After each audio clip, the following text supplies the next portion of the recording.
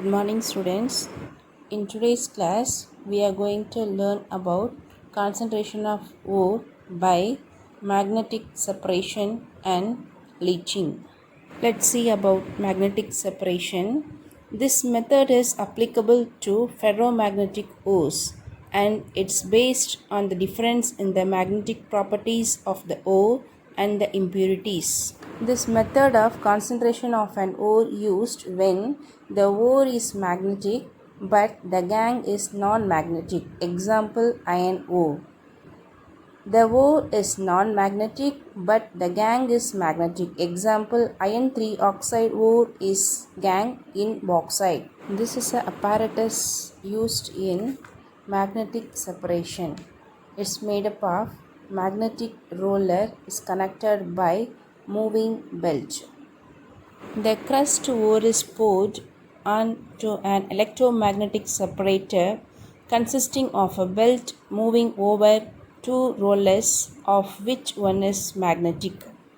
The magnetic part of the ore is attracted towards the magnet and falls as a keep close to the magnetic region, while the non-magnetic part falls away from it.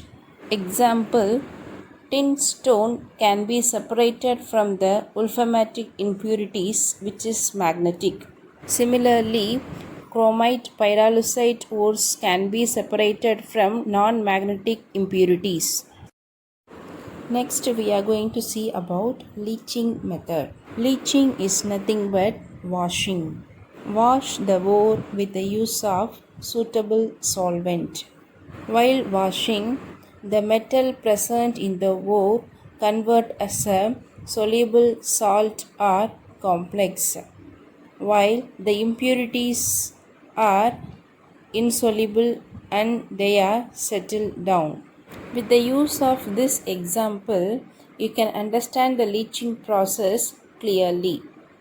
The mixture of salt and stone is given to you. You have to separate them. What you will do? Yes, with the use of water, we are going to dissolve the given mixture.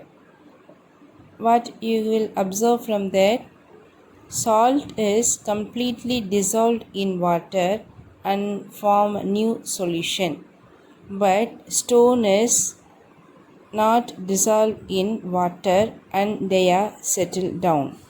To recover the salt again, we will make this solution to dry. After drying, we can get the salt again. So now we separate the salt and stone. Here, salt stone mixture is called as ore. Salt is a metal which we have to separate, and stones are impurity. They are settled down.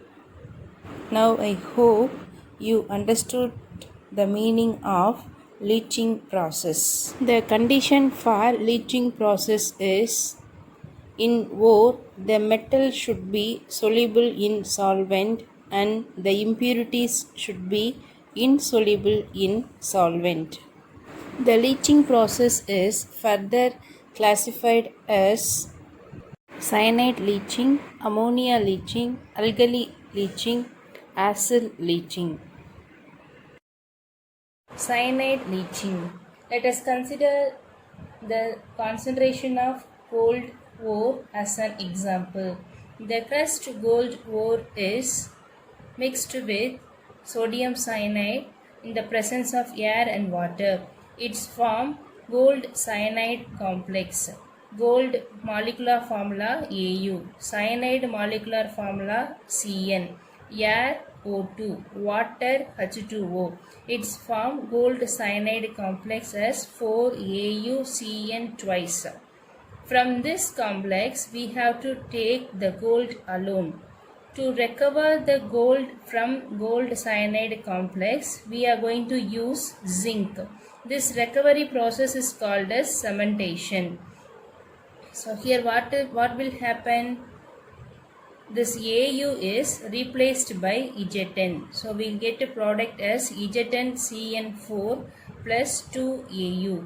Ammonia leaching. By ammonia leaching, we can get the pure nickel, copper, cobalt from its ore. Alkali leaching. In this method, the ore is treated with aqueous alkali to form a soluble complex.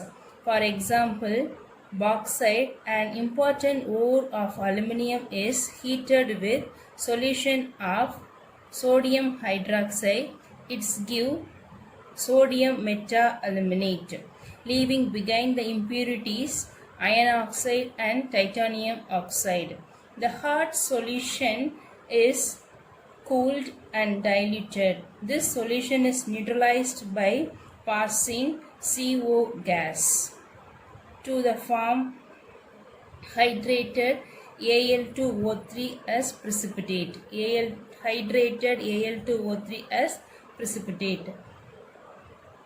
The precipitate is filtrated off and heated around 1670 Kelvin.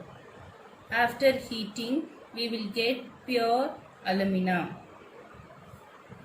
Last method is acid leaching. Leaching of sulfide ores such as EZ10S, BPS can be done by treating them with hot aqueous sulfuric acid.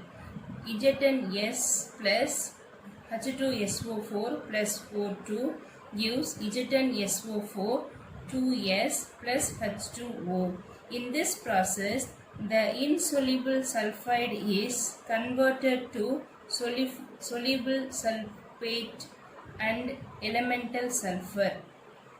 Here, zinc sulfide. This sulfide is a insoluble salt. Sulfide is insoluble, but sulfate is soluble. After leaching, it's give soluble sulfate as well as elemental sulfur.